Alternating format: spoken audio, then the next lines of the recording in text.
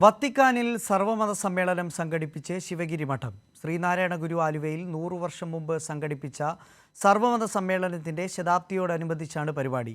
സമ്മേളനത്തെ ഫ്രാൻസിസ് മാർപ്പാപ്പ അഭിസംബോധന ചെയ്തു. രാഷ്ട്രങ്ങൾക്കിടയിലും വ്യക്തികൾക്കിടയിലും അസഹിഷ്ണുതയും വിദ്വേഷവും വർദ്ധിച്ചു വരുന്ന ഈ കാലത്ത് ഗുരുവിന്റെ സന്ദേശം ഏറെ പ്രസക്തമാണെന്ന് ഫ്രാൻസിസ് മാർപ്പാപ്പ പറഞ്ഞു.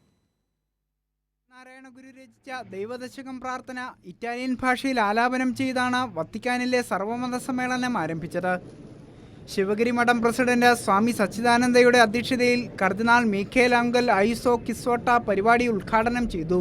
ശ്രീനാരായണ ഗുരു ലോകത്തിന് നൽകിയത് എല്ലാവരും മനുഷ്യകുടുംബത്തിലെ അംഗങ്ങളാണെന്ന സന്ദേശമാണെന്നും അസഹിഷ്ണുതയും വിദ്വേഷവും വർദ്ധിച്ചു വരുന്ന കാലത്ത് ഗുരുവിന്റെ സന്ദേശം ഏറെ പ്രസക്തമാണെന്നും സർവമത സമ്മേളനത്തിൽ ഫ്രാൻസിസ് മാർപ്പാപ്പ പറഞ്ഞു.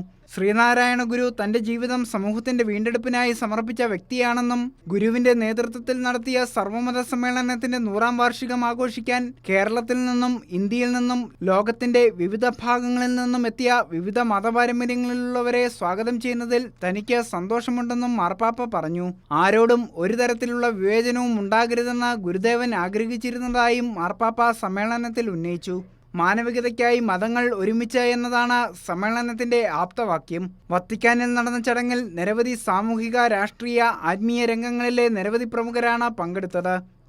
News desk Kairali news.